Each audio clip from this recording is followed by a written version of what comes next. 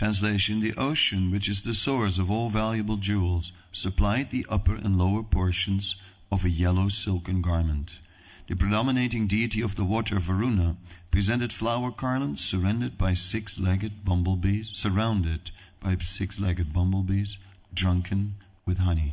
Purport: when bathing the deity in the Abhishek ceremony with various liquids such as milk, honey, yogurt, ghee, cow dung, and cow urine, it is customary to supply yellow garlands. In this way, the Abhishek ceremony for the goddess of fortune was performed according to the regular Vedic principles. Om Jnanatimarandasya Gnanandana Salakaya Chakshurumilitam Yana Tasmai Sri Gurave Namaha.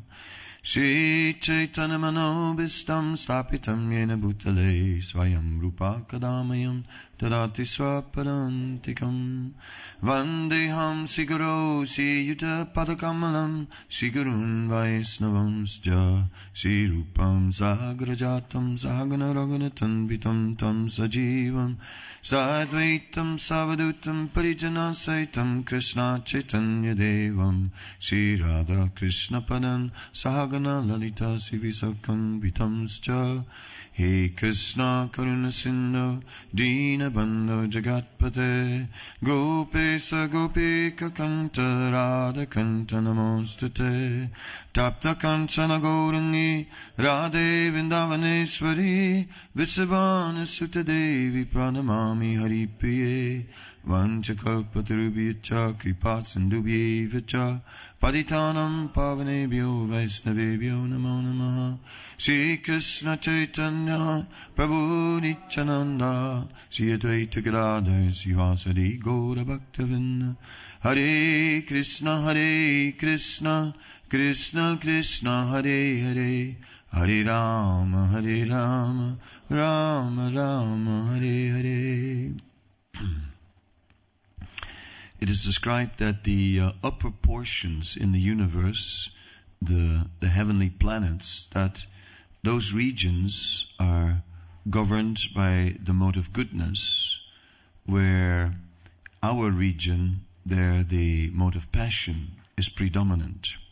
So in these higher regions where goodness predominates, the natural tendency is to do everything properly according to Vedic injunction.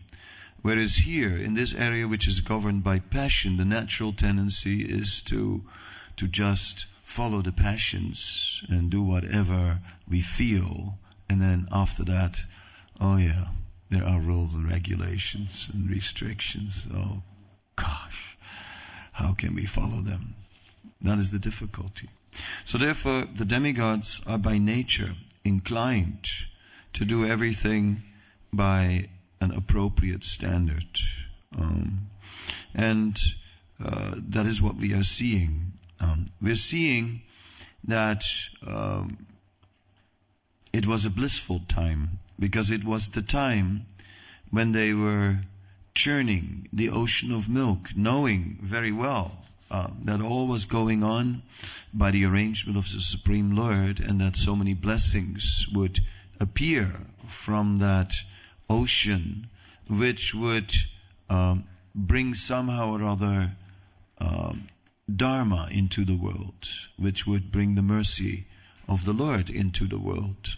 We see many auspicious elements are appearing from this ocean of milk. For example, Airavata, the elephant of Indra, who is Indra's very powerful ally, an elephant with 4 tusks that is supporting Indra in his mission of upholding Dharma within the universe.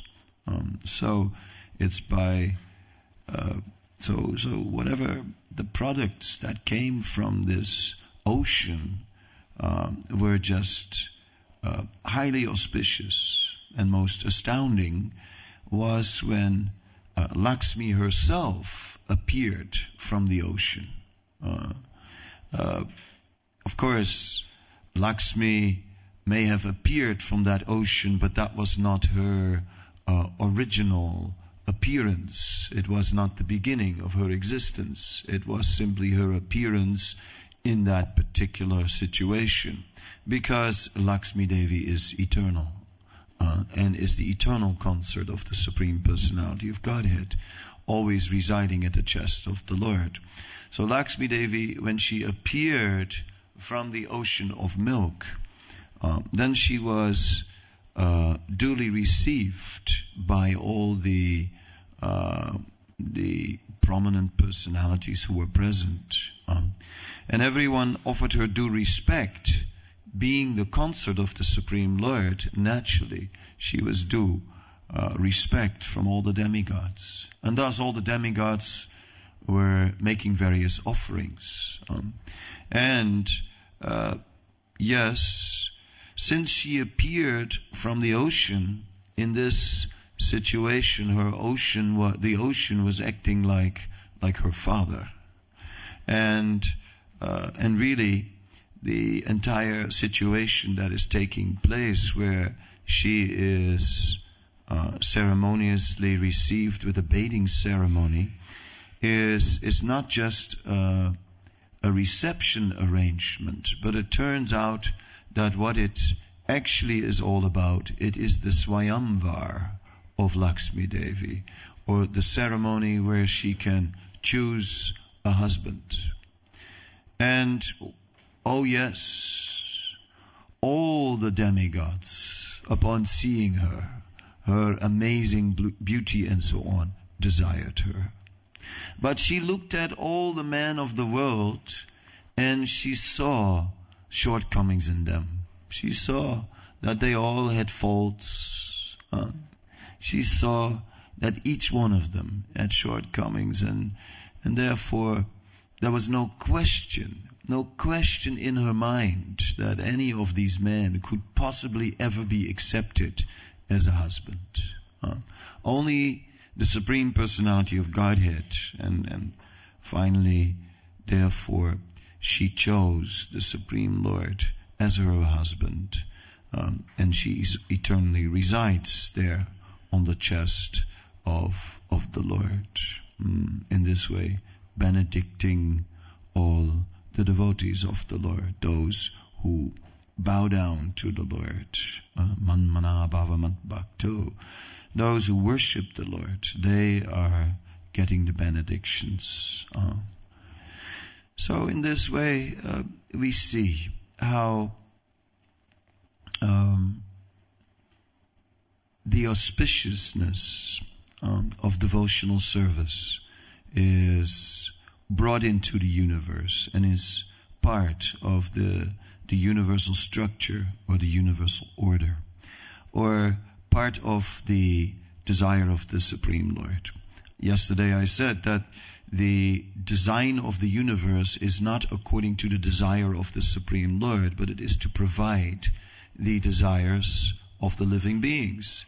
Like we see when Lord Brahma is engaged in the creation, he is in the beginning seated on the lotus flower in the universe, and all the ingredients for the creation, the secondary creation, are in the whirl of the lotus flower.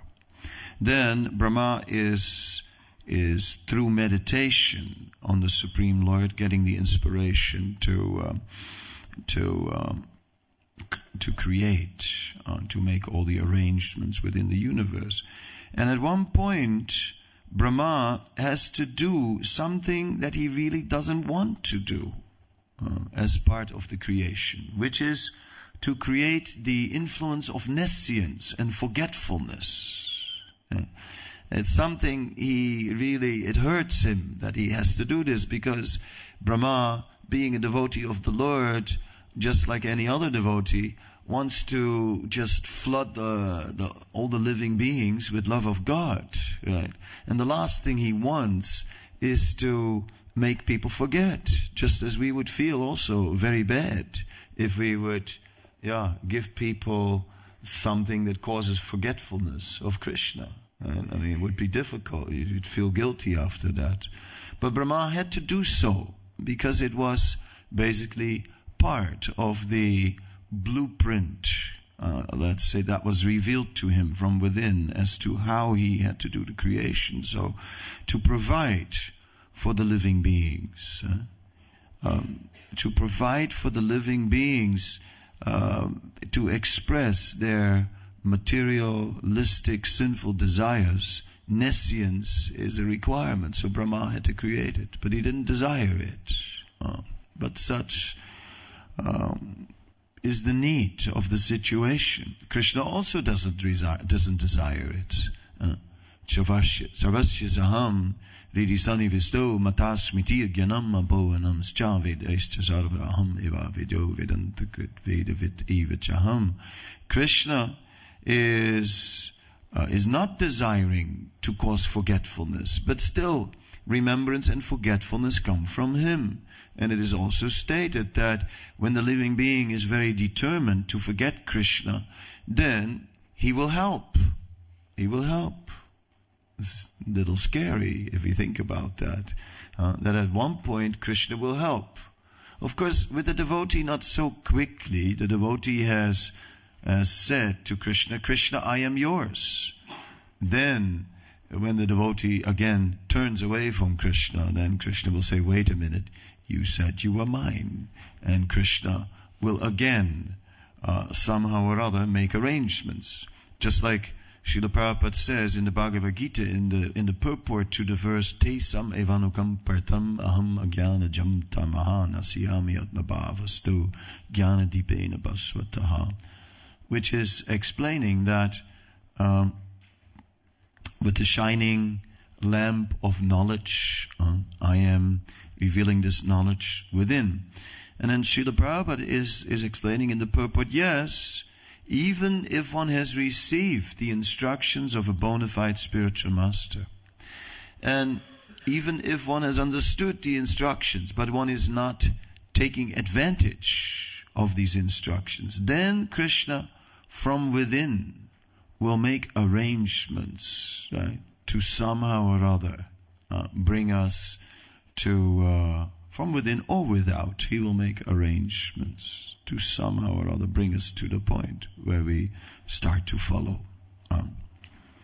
So, in other words, Krishna is there, even when the devotee doesn't want to be, is not so eager to be Krishna conscious anymore. Too bad. Once taken a step towards Krishna, Krishna will not let us go so easy. But if we're very determined, he might just let us go. He might. But not so easy. There was, when I was temple president in Vrindavan, one devotee came and said that I had his passport in the safe. He said, please give me my passport. I'm leaving. I say, okay. He was determined to go back to the material world. And he tried.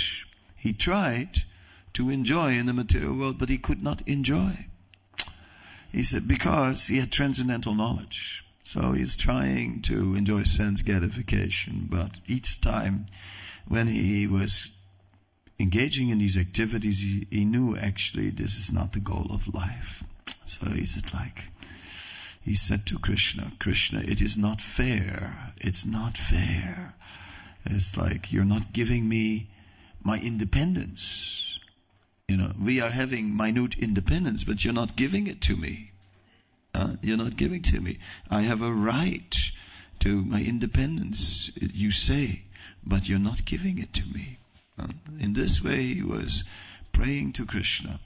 He was rather on the tall side, something Sutapa height or above.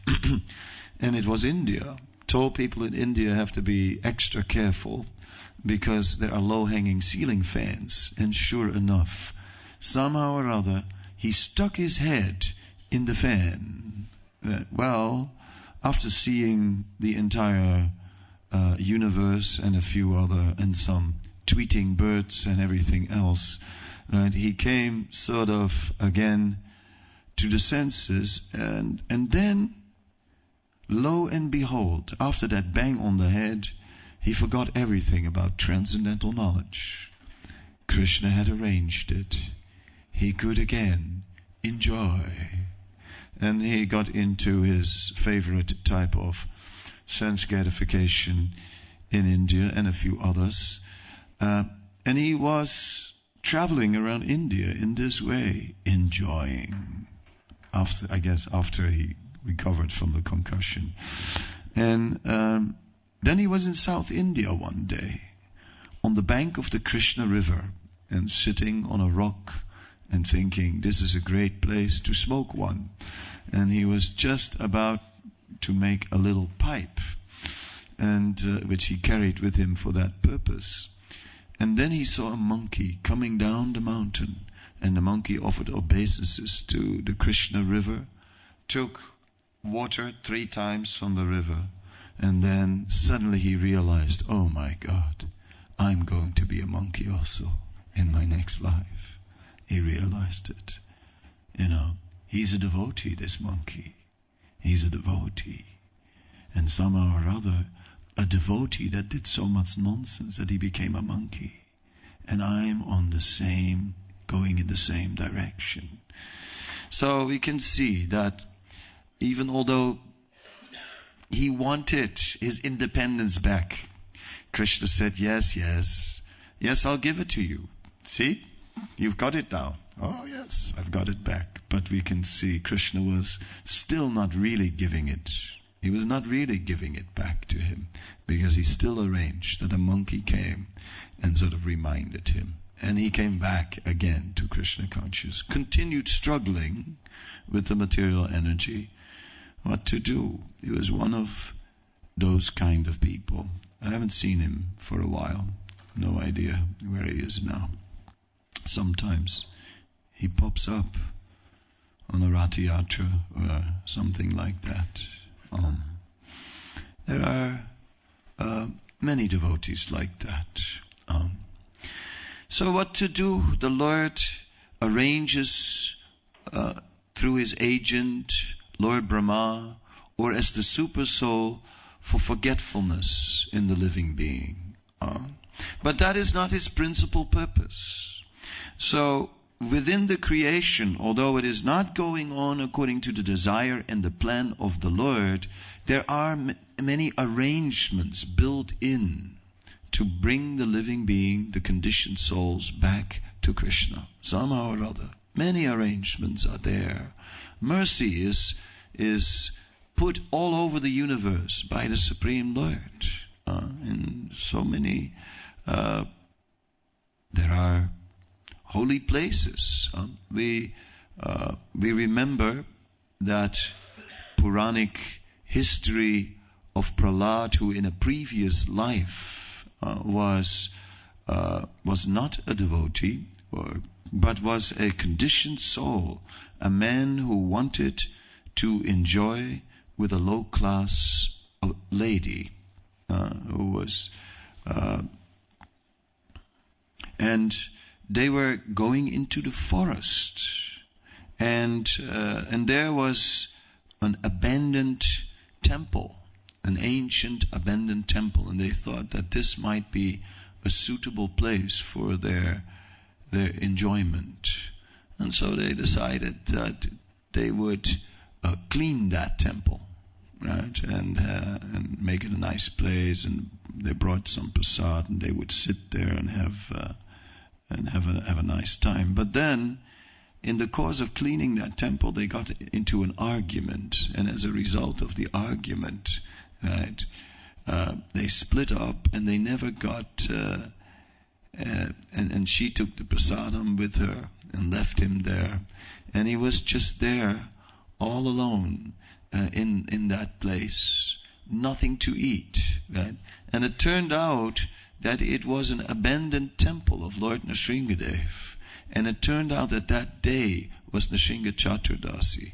And that somehow or other he had done service in that abandoned temple of Lord Nrsingadev, had cleansed it on that day, and therefore in the next life he got all these benedictions to appear as a devotee. So we can see how how there's mercy in the universe, hidden, unknown, and that somehow or other one comes in contact with this mercy. Like last year, I was in New York and just near Matchless Gifts, and I went to Tompkins Square Park, and there is the tree under which Prabhupada stood and chanted. It's obviously a desire tree, not an ordinary tree. It's a wish-fulfilling desire tree. So I go to the tree, and there's a sign on the tree, Hare Krishna tree, put by the city council, and next to it, next to the path, there is a board which explains what the tree is all about, that this was the place where the founder Acharya of ISKCON, A.C. Bhaktivedanta Swami Prabhupada, started his movement and was performing public chanting of the Hare Krishna Maha Mantra. So it was very nice. It's appreciated. So I went there to this place of pilgrimage, and as I stood under the tree, generally speaking, I'm Dutch people, a very Protestant country, so generally speaking, we don't hug trees, that's more Italian, oh, mamma mia, that's more sort of Catholic, So we don't hug trees so much, So I don't usually hug trees, but this tree, I thought, well, this is Prabhupada's tree. Let me give it a hug, So, okay, gave the tree a big hug, said my prayer. I turn around, and suddenly there's this boy standing behind me, and he says, "What do I have to do to become a monk like you?" And I just realized it's a desire tree. There's no doubt about it, no doubt about it. This is a transcendental, wish-fulfilling desire tree, placed in the material world somewhere. Somehow or other, a holy place. Of course, Prabhupada created such places by his potency. Wherever he went, he made such places just transcendental. That is the power of a pure devotee. And the Supreme Lord, the same. He has so many tirthas are there. The whole way from Vrindavan to Gujarat, right, is great because Krishna went that way. So that's a blessed road, right? Just the road between Vrindavan and Gujarat is a good road. Yes, it's a tirtha. Juhu Beach. Oh, Juhu Beach, right? That's our beach. Prabhupada walked there every day. Very nice, yes. It's like you see all these Indian gentlemen in their shorts, and their walking shoes, fitness, and we are chanting Hare Krishna on the holy sand. So like that, so many blessed places, blessed by the Lord, and blessed by his devotees, blessed by so many devotees, right? So many deities we always hear are installed by Krishna's grandson, Vajranabha, right? And this deity was installed by Vajranabha. Vajranabha installed a lot of deities, right? And you got a long list, so he was a great agent of mercy, Like that, so many agents of mercy of the Lord have left mercy. So many deities are self-manifest, found in the earth, and then so many auspicious places. The holy dhams are more than such sacred places. Sacred places are places that have become invested with transcendental energy.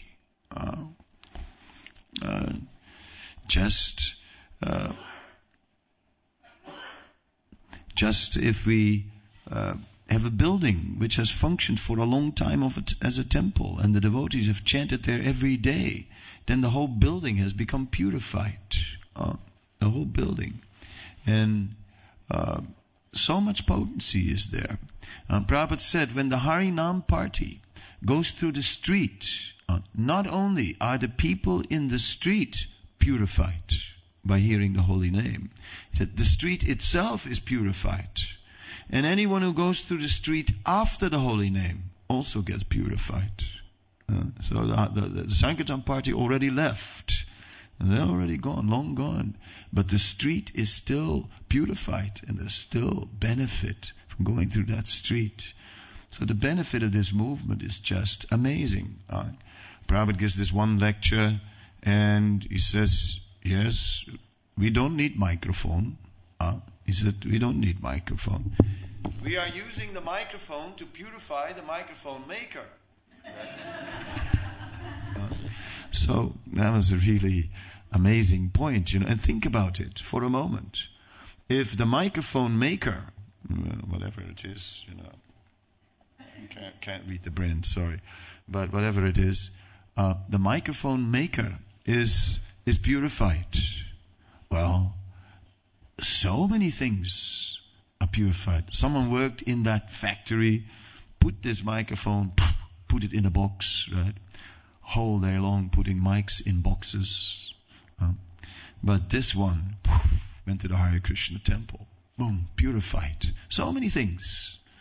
So many things. The doorknobs, the screws, every screw that is in this building, whoever sort of was involved in that process gets purified.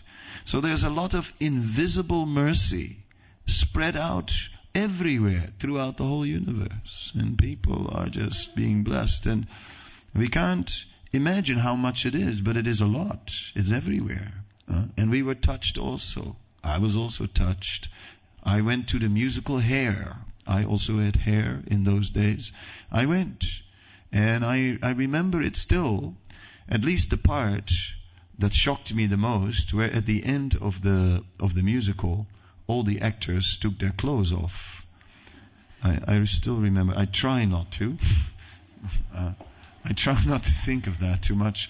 But what to say, that picture is sort of still in the memory banks, right?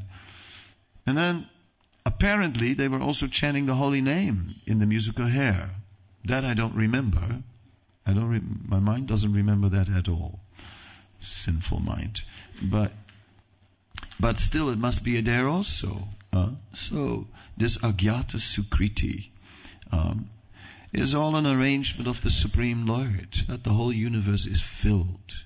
So when Krishna gives independence to the living beings, he doesn't really give independence to the living beings. It looks like he's given independence to the living beings and that we can exist and enjoy separate from the Supreme Lord. But meanwhile, he's there all along behind the scenes and making arrangements and interfering even in the life of conditioned souls. It's not fair, someone may say, with my tall friend who stuck his head in the fan. It's not fair, Krishna. You promised us independence. Give us independence. Oh. So finally, if you insist, if one really insists that I really want independence, I don't want these arrangements which force us to come back. I don't want what Prabhupada called the sand in the sweet rice. The material world is like that. Whenever there is sense enjoyment, there is some suffering also. There's sand in the sweet rice. Crunch, crunch, crunch. No.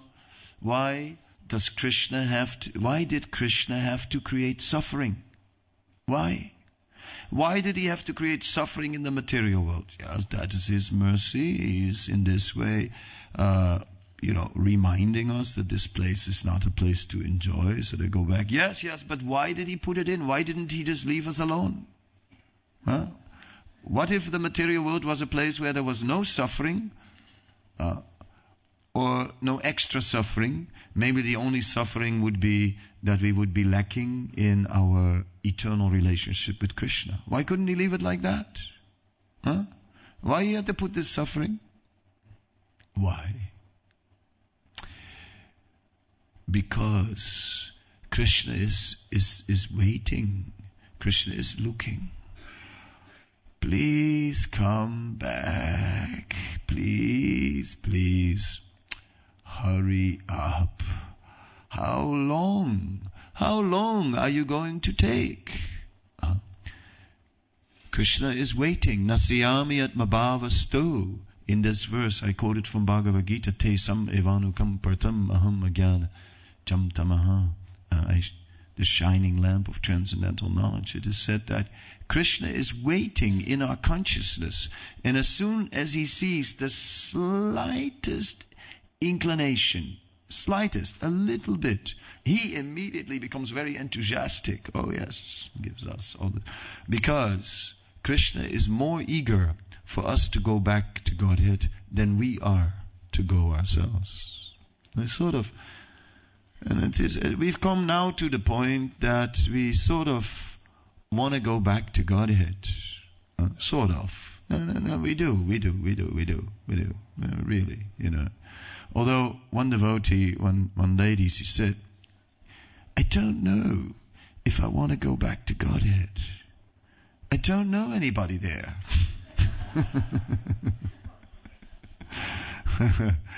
So this is kind of Atmavanyate Jagat, projecting the present situation on the eternal situation.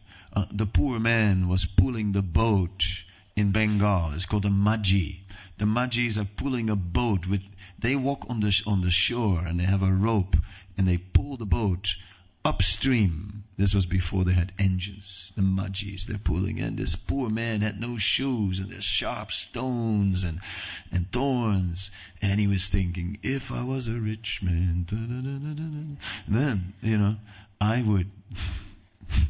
then I would cover the whole banks of this river with soft quilts.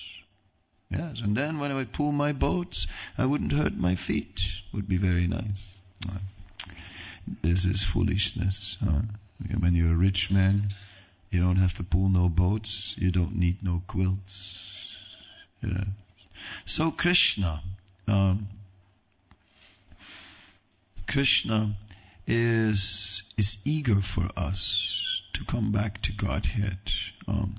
We don't have to worry, I don't know anyone in the spiritual world. We will know Krishna. We will again remember Nitya Siddha Krishna Prem Sadhakabunai Shravanadi Sudachitta Karya Udai. Because this Krishna consciousness is not something new we have to learn. It's not like, well, I'm going to the spiritual world, maybe I should start learning Sanskrit. Yeah, that will be handy. Buy one of those books, what and how in Sanskrit, in case, you wind up in the spiritual world, so you can get your way around, prepare for the journey. No, it's coming home. It is our homecoming. It is our homecoming. That is so nice in the Brihad Bhagavatamrita. The Brihad Bhagavatamrita in that way is a unique book. Because we read transcendental literature, and part of transcendental literature are descriptions about devotees, not only about Krishna, but also about success stories about devotees. So there are many stories where so-and-so did this and this sacrifice, this service for Krishna, and then went back to Godhead. And there are many stories. Went back to Godhead. But the interesting part is that Gopakumar in the Brihad Bhagavatamrita, he doesn't just go, he arrives. Right? The story doesn't end, and then he went back to Godhead. He arrives on the other side. And it's not sort of like, plop, he's back, I was gone and suddenly, whoop, and he's running again with the cowherd boys. It's not exactly like that. No, he's back. And suddenly, Krishna sees him, and his name is Sarup. Sarup. Krishna is calling out his name, Sarup, Sarup, you are back. And Krishna faints. And then, the gopis think, who is this? Some agent of Kamsa? Balaram says, no, it's all right. He's a devotee. Krishna hasn't seen him for a long time. That's why. Then Balaram takes Sarup to Krishna and says, chant in his ear. And so he chants in his ear. Then Krishna comes back to his senses, and he's so happy to see him. And he gives him this amazing embrace, right? He gives him this, like, really pulls him close to his chest. I'm so happy that you are back, and so happy. And then, he takes him home, and that day Radharani has cooked the sweets, and actually Sarup is coming in that family line of Radharani, in his Swarup. And Krishna gets sweets cooked by Radharani, and he makes a face like, Everyone's upset. And Krishna says, these things are unedible. And he just takes all the sweets and throws them on Sarup's plate. Here, your Radharani from your family, made this, you taste it, what she did, you're responsible for this. This is your family member. And Sarup, everyone's shocked, and Sarup tastes, and it's nectar. It just tastes like nectar. And Krishna just gave him all this mercy. So how nice, how nice. Krishna is so eager that we come back. Although he is Atmaram, fully satisfied within himself, he is engaged in his eternal exchanges with all his devotees. And, there is this nice reference in the Chaitanya Charitamrita, which I like. And it says, Radharani, the love of Radharani is in competition with the qualities of Krishna. It's that Krishna has unlimited qualities, and the love of Radharani is discovering all these qualities. And as she's discovering a new quality of Krishna, her love embraces that quality immediately. Anytime she discovers something new about Krishna, she loves that also. So in this way, her love is always increasing. And she's just endlessly discovering more and more. And of course, when that love is increasing of Srimati Radharani, then Krishna's love is also increasing. And this, of course, is a relationship that doesn't just exist with Radharani, it exists with every devotee. The love of every devotee is increasing and makes Krishna's love increase. So although Krishna is together with all his devotees in an ever-increasing ocean of loving exchanges, and he's totally absorbed in that, and the bliss and the nectar is just overwhelming, and everyone is just overwhelmed. Krishna is sometimes falling in ecstasy, right? It's not only the devotees. Krishna is overwhelmed by ecstasy, and so on. But still, there is this little bit missing. Just a few 1/10 of the spirit souls. 1/10 of all the spirit souls are in the material world. They are missing. So Krishna wants them also.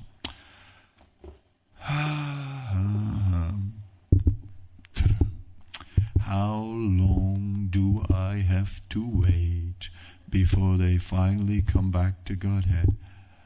Please come home. We're just now coming. Just now coming. And we're still not coming. Are we going to make it this life? Did you ever go to an astrologer, a Vedic astrologer? Maybe a Brigu reader? Did he tell you who you were in your last life? Did he tell you that you were a prince in Orissa? Did he tell you? A great devotee of Lord Jagannath, but that somehow or other there was still a little tinge of material contamination, and therefore you had to take birth again, this life in ISKCON, yes. Or for a small donation, we will find that special scroll. No, yes. You give donation, and small, not so small, just a few $1,000 or pounds, and then we will find your scroll, and it will take some time. And then after some time, we will let you know we found it. Yes, we found. And yes, no one ever had a scroll where it says that they were a worm in their last life who somehow there had prasadam, which technically also might be possible. But anyway, all right, go to the Brigu readers and you get to know that in your last life you're a great devotee, prince from Orissa, devotee of Jagannath. What went wrong? What went wrong? What happened? You blew it. Huh? You blew it. You great prince. Yeah, you great prince. You completely blew it. You didn't go back to Godhead, Mr. Prince. What a thing to do. Huh? So close you were and you missed the boat. And what about this time? How close are we now? We are so close. So close. Are we going to miss this time? Are we going to miss this time? So that is the question. That is the question that we can reflect on, that with all the mercy that we got, are we actually amongst those who say, yes, yes, yes, Krishna, yes, yes, just now coming, just now coming, just now, yes, yes, yes, I'll be right there, just now coming. Is that what we're doing right now? Are we going to miss the boat again? So that's my final point. I'll leave you with that, this morning. And if there's any question or comment, I would be